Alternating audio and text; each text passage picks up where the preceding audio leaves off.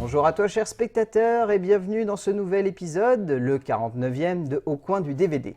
Épisode 49 qui signe donc la fin du tour de l'alphabet. Parce qu'à force de faire par semaine un film d'une lettre de l'alphabet multipliée par 2, on arrive aujourd'hui à la fin et on arrive donc au dernier film de la lettre Z. Donc comme j'ai dit la semaine dernière, dans la lettre Z, j'avais pas grand chose. J'avais donc Zombie de George A. Romero, dont je vous ai parlé la semaine dernière et dont j'estime grandement la qualité. Et il y avait également Zodiac de David Fincher. Sauf que Zodiac, je ne voyais pas trop l'intérêt d'en parler parce que dernièrement, on a eu l'occasion de parler de David Fincher parce qu'il a sorti un film sur Netflix.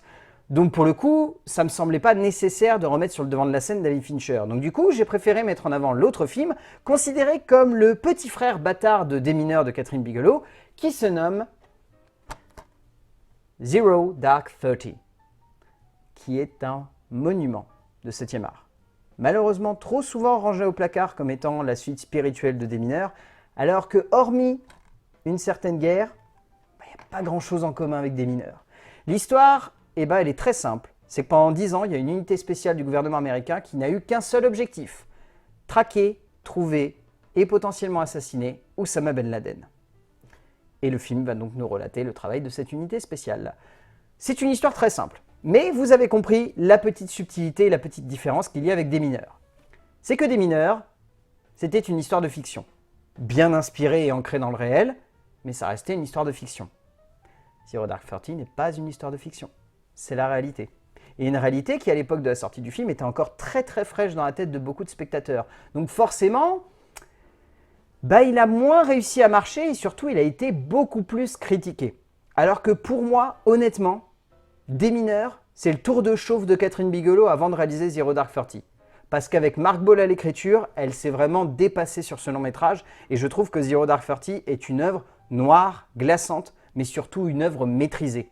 C'est une œuvre offerte par une auteure qui a envie à la fois de nous faire comprendre à quel point l'Amérique a dévié complètement d'un seul coup et a vrillé suite au 11 septembre, et surtout a été obnubilée par une idée de trouver et d'assassiner la personne qui était responsable de ça. Et le film parle presque uniquement de cet objectif. Et c'est assez fascinant parce que si le long métrage est très impactant, il est également pas si... comment on pourrait dire ça? Juste que ça, dans le sens justice. Parce que le long métrage cherche vraiment à nous parler de cette unité comme étant une unité fantôme qui se perd finalement complètement dans la traque d'Oussama Ben Laden et qui à la fin, lorsqu'il arrive ce qu'il doit arriver, ne tire aucune joie et aucun bénéfice ou même prix de la part de cet événement. Comme si c'était pas une victoire, c'était au contraire une défaite. Une défaite de l'humain qui se retrouvait face à ses affres les plus terribles et qui était incapable finalement de se pardonner une horreur qu'elle a commise presque uniquement par vengeance et pas du tout par nécessité ou besoin. Et c'est ça qui est assez terrifiant, c'est que Mark Ball et Catherine Bigelow, ils ont réussi à en faire un film qui est vraiment un espèce d'immense arc tragique qui va vraiment chercher des aspects de tragédie plutôt des aspects vraiment de thriller et de films d'action, même si le film est clairement orienté vers ces deux genres. Et c'est ça en fait qui rend pour moi Zero Dark Thirty absolument extraordinaire, c'est que c'est un film qui est macabre du début à la fin, qui n'a jamais la moindre once d'espoir qui semble se mettre en place, qui dure du haut de ses quasiment 2h30 comme quelque chose de constamment en train de tomber. C'est impressionnant, mais on a l'impression d'être un personnage qui était dans un avion situé en haut de la stratosphère et qui est constamment en train de tomber. Et on sait qu'à un moment on va toucher le sol et que quand on va toucher le sol, ça va faire mal. Et c'est exactement ce qui se passe avec ce film. Ça n'est pas un film qui cherche à nous faire passer un bon moment, c'est un film qui cherche à nous rappeler à quel point, face aux horreurs de l'humanité, on va être capable de commettre des horreurs encore pires.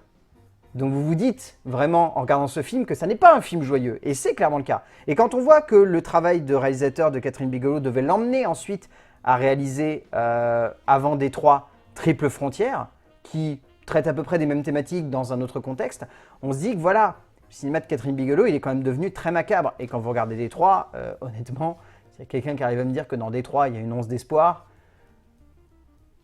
viens me parler. Il n'y a pas d'espoir dans Détroit. Il n'y a clairement pas d'espoir. Le film, dès le début, se place comme quelque chose de triste, de glauque, de macabre, et duquel on n'arrivera pas à tirer la moindre once de bonheur derrière. C'est assez terrifiant. Bon, je suis désolé, il n'y a pas du tout de bonus à se mettre sous la dent sur le DVD de Zero Dark Thirty. Il y en a un petit peu plus sur le Blu-ray. Il y a notamment quelques documents sur la manière avec laquelle Catherine Bigelow a réalisé son film qui sont assez fascinants parce qu'elle a une technique de captation aujourd'hui qui est claire et qui est très nette et que je trouve très juste. Et l'écriture de Mark Ball ici atteint vraiment des sommets de justesse. Et Mark Ball, c'est un scénariste, si on regarde bien, ça n'a jamais été un mec très subtil. Mais avec l'aide de Catherine Bigelow, il est capable d'écrire des choses très intelligentes, que je trouve très impactantes et que je trouve surtout très intéressantes en termes de traitement d'être humain. Donc ouais, Zero Dark Thirty, si vous ne l'avez jamais vu ou si vous l'avez déjà vu, revoyez-le parce que vraiment c'est un film qui mérite d'être évalué comme étant bien meilleur que Des Mineurs. Parce que pour moi, Des Mineurs, c'est juste, comme je disais au début, un tour de chauffe pour ensuite livrer Zero Dark Thirty pour Catherine Bigelow.